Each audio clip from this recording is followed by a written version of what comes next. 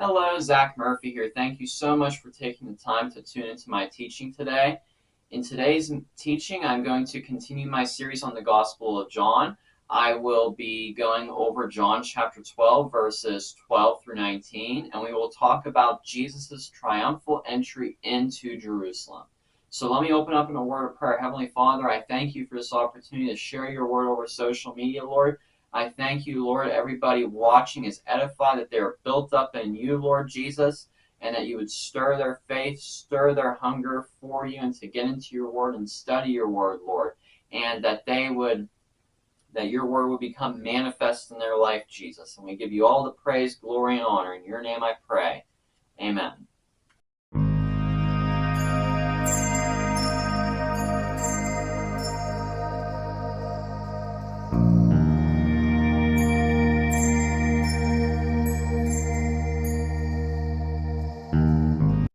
Okay, so again we are covering John chapter 12 verses 12 to 19. So let's just start diving into this. I'm reading from the New King James Version. And it starts out, "The next day a great multitude that had come to the feast, when they heard that Jesus was coming to Jerusalem, took branches of palm trees and went out to meet him and cried, 'Hosanna! Blessed is he who comes in the name of the Lord, King of Israel.' Then Jesus, when he had found the young donkey, sat on it, as is written, 'Fear not, daughter of Zion, behold, your king is coming, sitting on a donkey's colt.'" Verse 16. His disciples did not understand these things at first, but when Jesus was glorified, then they remembered that these things were written about him, and that they had done these things to him. Therefore the people who were with him when he called Lazarus out of his tomb and raised him from the dead bore witness. For this reason the people also met him, because they heard that he had done this sign. The Pharisees therefore said among themselves, "You see that you are accomplishing nothing. Look, the world has gone after him." So I know this is kind of a short passage, but there's a lot of very important points here and some good application. We see here that there is a great multitude coming to the feast, and this is the Feast of Passover. In the previous teaching, for sake of context, we talked about Jesus' feet being anointed with expensive oil. And it was 6 days before the Passover, and now here we are. They are in Jerusalem here. And this great multitude came to the feast because they heard Jesus was coming to Jerusalem. And obviously, word spread about him raising Lazarus from the dead. And, that was just within the past 2 chapters of the Gospel of John that we read that. And we see that they greeted Jesus, his entry, with palm branches. And, it's kind of why we often celebrate Palm Sunday, because this was about a week before the crucifixion and resurrection of Jesus Christ.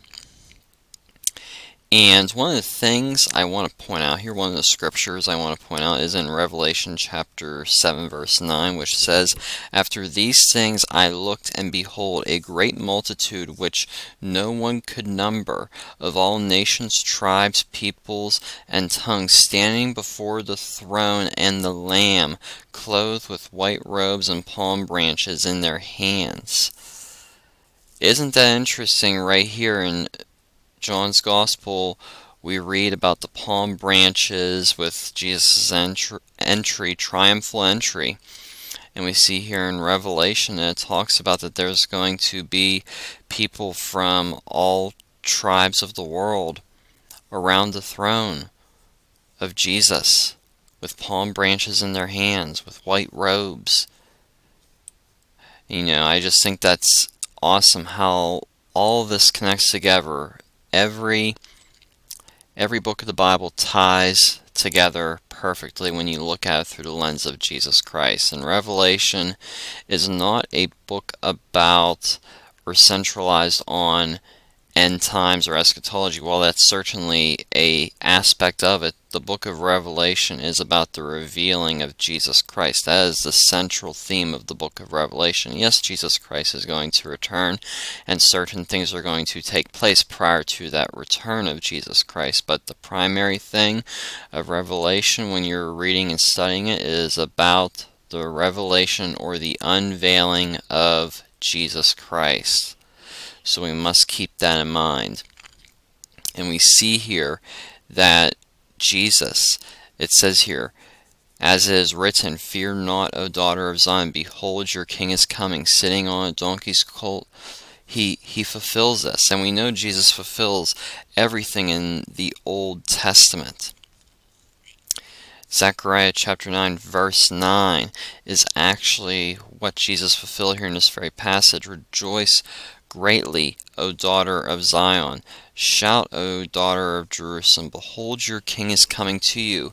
He is just and having salvation, lowly and riding on a donkey, a colt, the foal of a donkey." Behold, your king is coming. He is just in salvation. Some translations, just for instance, let me pull up another translation here for us.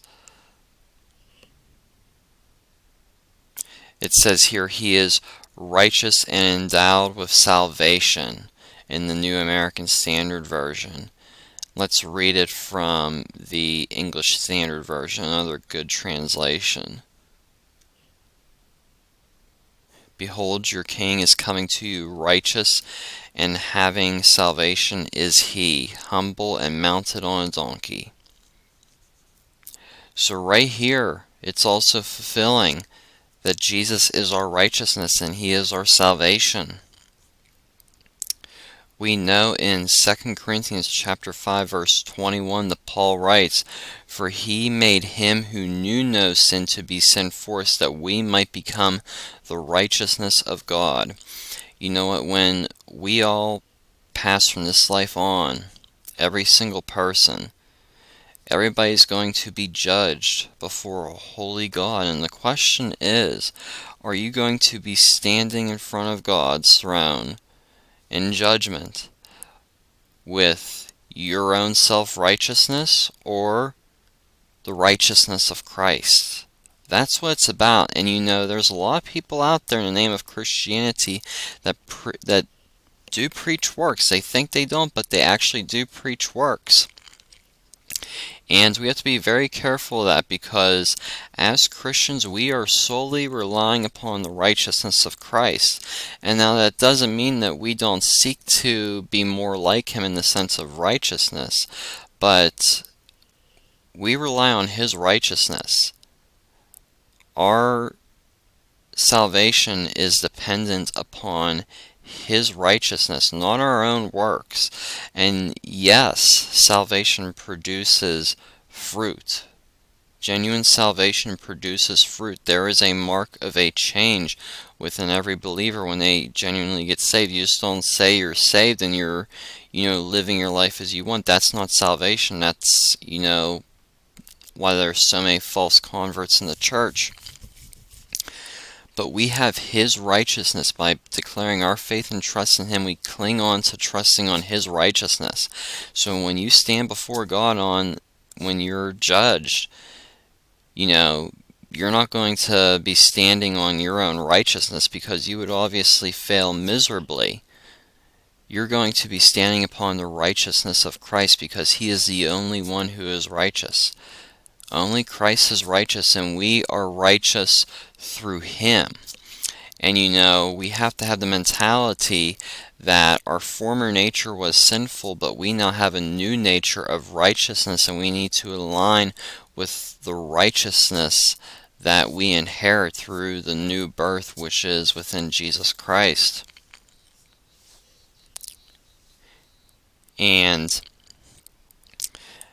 another passage, Titus chapter 3 verse 5, which tells us, "Not by works of righteousness which we have done, but according to his mercy he saved us, through the washing of regeneration and renewing of the Holy Spirit."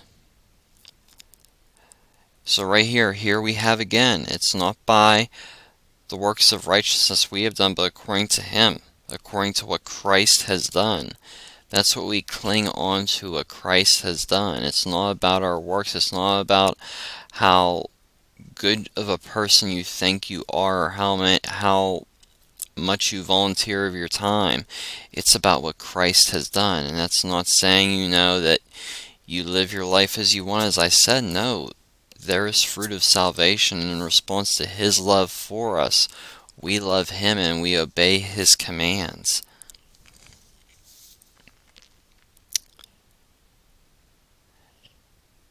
In John chapter 14, verse 6, it tells us, Jesus said to them, I am the way, the truth, and the life. No one comes to the Father except through me. Very powerful here, and many people today in today's worldly mindset will say, oh, that's not true there. And well, yes, it is true, because Jesus is the way, the truth, and the life, and no one comes to the Father except through Him.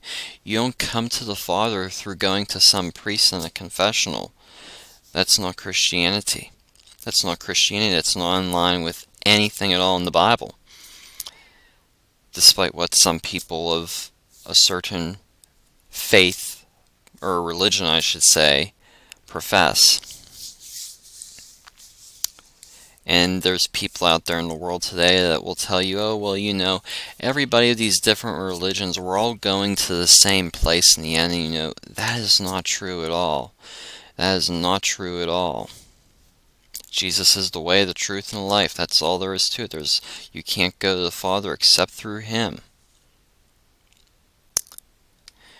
And also in Zechariah chapter 2, verse 10, it says, Sing and rejoice, O daughter of Zion, for behold, I am coming, and I will dwell in your midst. And this is talking about Jerusalem, but also think about this in aspect with the New Covenant. The Scriptures tell us that we are the temple of the Holy Spirit, and that Christ is within us. So, we should rejoice that as a result of the new birth, Christ is within us, and we should rest in that fact. There are so many wonderful promises in God's Word. If we would just realize that, we wouldn't be having all these problems and worries and anxieties. Paul also writes in Romans chapter 8, verse 10, And if Christ is in you, the body is dead because of sin, but the Spirit is life because of righteousness. So Christ is in us, and our body is dead because of sin, but the Spirit is life because of righteousness.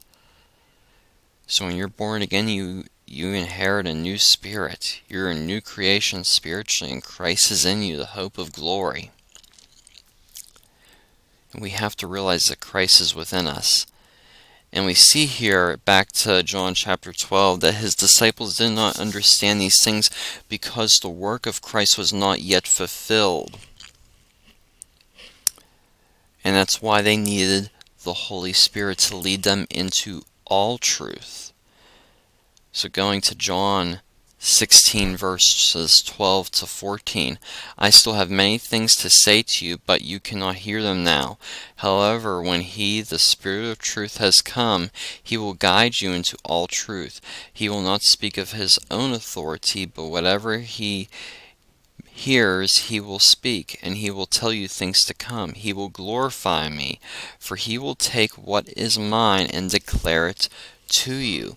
So there are certain things that were revealed to the disciples through the Holy Spirit, the teacher of all truth, and that's why they didn't understand all these things back then, because number one, the work of Christ wasn't fully fulfilled, and He didn't go to the cross, He didn't rise from the dead, of course, and as well, they didn't have the Holy Spirit teaching them. Back then, yes, they had Jesus teaching them, but you need the teacher, the Holy Spirit, to understand the whole work of Christ and understand the Bible. Have the Holy Spirit teach you the Word of God as you read and study it. And we see here that the crowd that witnessed Him raise Lazarus was also there confirming the sign. They were speaking about the great mighty work that Jesus did. And we see that was also a pattern in Luke 19:37. Then he was now drawing near the descent of the Mount of Olives. The whole multitude, disciples, began to rejoice and praise God with a loud voice for all the mighty works they had seen. So people who followed him rejoiced, and they were so thankful, and they were praising him because of the mighty works he was doing. And that's how we should be as believers when we see a miracle take place, or God work just miraculously in someone's life, or change someone's life around. We should be rejoicing and telling others. Psalms chapter 118 verse 26 tells us, "Blessed is he who comes in the name of the Lord. We have blessed you from the house of the Lord." When they were saying Hosanna, that is a type of praise. That is a type of praise. And we need to have that mindset of praise, that he dwells in us. He dwells in us because of the new covenant, so we should be rejoicing because we are the temple of the Holy Spirit. Christ is within us. These people praised his name before the cross and him being glorified. While they wanted and expected him to be a political savior, we see the whole picture today, and that is all the more reason for us to praise him.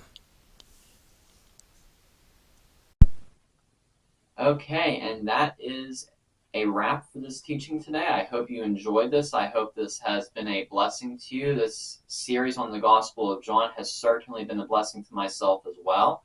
So be sure to subscribe down below. Share this video with a friend or a family member or on your social media. And stay tuned for my next teachings on the Gospel of John, as well as the other teachings I do throughout the week. God bless you and have a great week. And I'd like to thank you so much for tuning into my channel today. I'd like to encourage you to please subscribe down below by hitting the red subscribe button and hit the bell icon for notifications. You can also get more teachings and blog posts from my website, which is steadfast-ztm.com. The link to my website, as well as other social media pages, are in the description of every video. Also in the description is a link to a devotional called Walking in the Holy Spirit, which I cover in detail all of the fruits of the Holy Spirit. And it can be a devotional each day as you study each of the fruits of the Holy Spirit. Lastly, I would like to encourage you to partner with me in prayer for CMI Global. CMI Global is a ministry organization that I am a part of, and is a ministry fellowship that helps equip and establish and strengthen the local church. There are many churches as well as ministers that are a part of this fellowship. It's a great organization, so join me in prayer for CMI Global, for wisdom for the leaders, and also for provision and blessing for all of the churches and ministers of CMI Global. And I'd like to encourage you to go to their website, which is cmiglobal.info, and you can find out more about CMI Global as well as make a donation. Again, it is a great ministry outreach that helps equip ministers and churches across the country and across the world. So once again, thank you for tuning into this channel today. Be sure to subscribe down below and hit the bell for notifications. God bless.